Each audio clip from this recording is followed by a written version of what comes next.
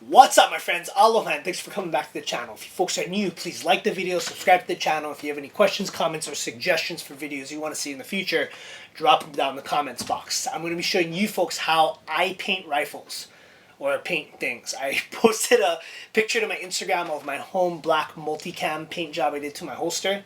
Someone wanted to see how I did that, and I also threw it out there whimsically, like, hey, maybe I'll show you guys how to paint a rifle. In the last video I did, somebody hit me up on that, and that's what we're going to be doing now. We're not painting any old rifles. We're going to be painting this brand new X95 that I recently acquired. We're also going to be doing some evaluating and testing on it. I'll do a first shots video of it, my initial impressions of the X95, and then we'll do a deep dive and do a full review on this after I've put a couple thousand rounds through it, you know, a couple weeks from now. But we're going to be painting this guy up. Yeah, so the first thing you guys need to know about this is it's really not that hard. And part of the magic of doing this, part of the process that really helps out is just throwing your expectations out the window and not caring at all. The less you care, the better it's going to be, as long as you take your time. That's the only thing I'm going to say. Really, when you're doing a camo kind of thing, as long as you follow kind of some basic rules, it's going to turn out nice. But as far as camo patterns go, it's hard to mess it up as long as you, again, take your time. I'm going to be painting this, and people might say, like, why would you paint this brand new, like, very expensive firearm? I want to use this gun. I want to throw it around. My CZ Scorpion, I throw it around. I use it. My 870, I throw it around. I use it. My TS12, I throw it around. I use it. And it's great. I have fun. I roll in the dirt. It's fun. It's a nice firearm, but I want to use it. So I'm going to paint it up to kind of make it not as nice looking on purpose. And you might call me crazy, but I can do whatever I want. So here we go. Let's get right into this guy.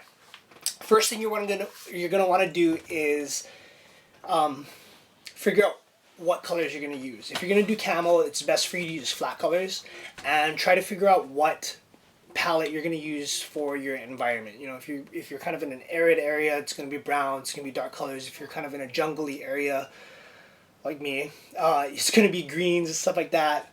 And you know, if you're in the Arctic, it's gonna be whites and grays.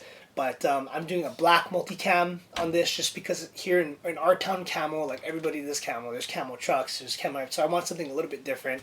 I did an AR a while back in urban camo, and that turned out kind of cool. But I want this in black multicam because it matches my pants, and I'm that kind of guy. So the first thing we're gonna want to do is we're gonna go ahead and we're gonna tape this guy off. We're gonna make sure we tape off you know, all the ports, the charging handle, you take your optic off, everything you don't want to get painted, you have to make sure you tape that off. And just like painting a house, just like doing a real paint project, not that this is a fake paint project, but you know, painting a house, painting a car, a lot of the time is in the prep. And the better you prep your stuff, the easier the job's going to go and the less mistakes you're going to make. So go ahead, start off. And I used to disassemble my rifles or whatever I was painting, you know, so I could kind of paint the pieces individually and not have to worry about taping it off. But I now think that it's better to kind of leave everything together, do a real good job of taping, and then that way the pattern is kind of more cohesive and you don't have shapes that are kind of like running into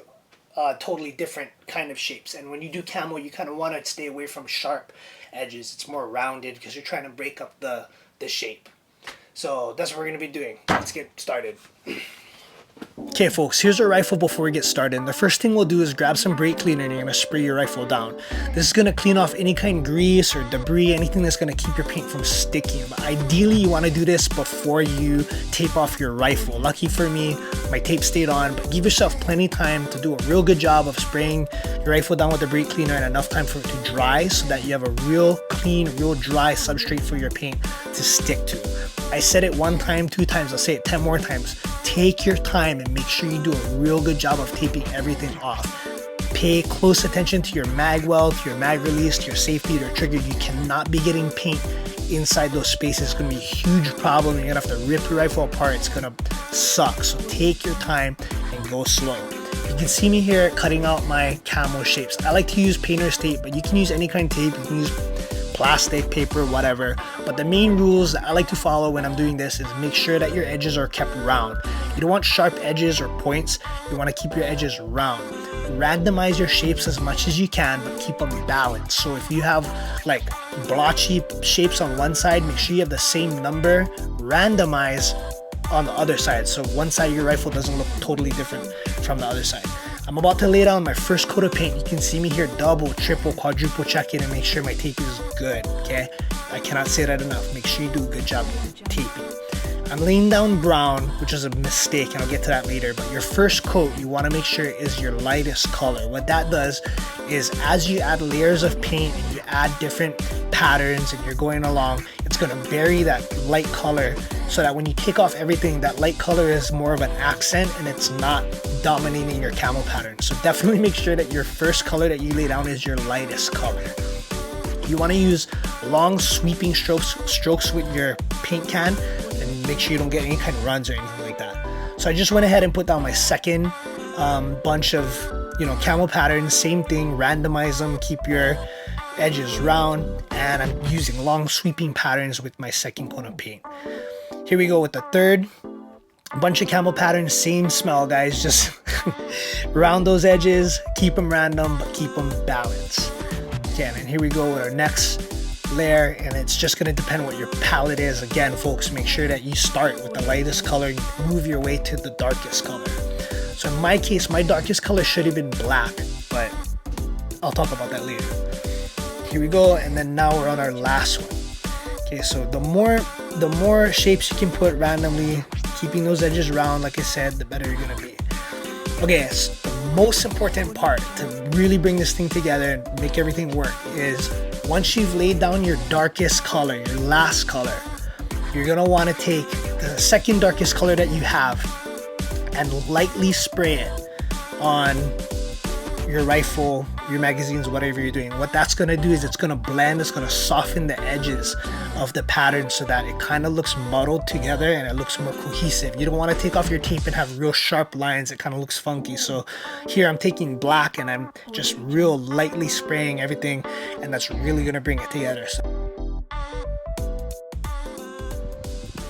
All right, my friends, yes, I am wearing different clothes because it is a different day, but we've gone through all the tedious steps of taping this guy up, taking our time, going slow. We put a few different coats of paint on this guy, cut out all those little pieces, and it was a project. So let's go ahead and pull our tape off and we'll see how it turned out. Audio Jungle.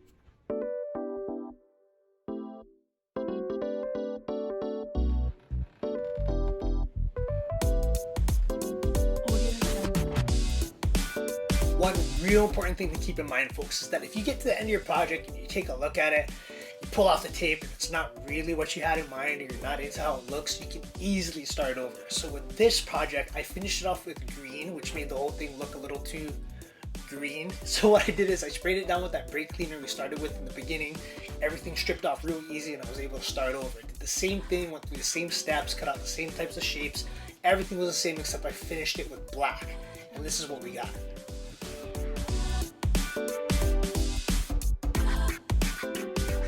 Alright, my friends, that's it. We're done with our project. We've got a cool black multicam-ish X95. Extra cool because I did it myself and no one has one like it. But if any of you folks are thinking about taking on this kind of project, I strongly encourage you to go ahead and do it. Put yourself out there, challenge yourself. Just take your time, but I guarantee you folks can do it and you'll come out with something extra cool. Definitely not as cool as this though, because it's mine. But I think this is a great way to set something apart, make something your own, beat something up so you don't feel so bad about beating something up. Like my case, put a cool spin on something that you've had for a while. I mean, it's just kind of fun, but is it gonna last forever? Hell no. No, this is not Cerakote. It's gonna wear, it's gonna chip off. I think the longer it stays on, the longer it's in the sun, it kind of takes on a different color. I think it looks cool, but like I explained before, if you don't like it, you can easily just strip it off, start over. You can put it back to how it looked before. This isn't a forever kind of thing. But anyways, I hope this was helpful for any of the folks out there that were wondering how to do it, and I'll see you guys next time. Thanks.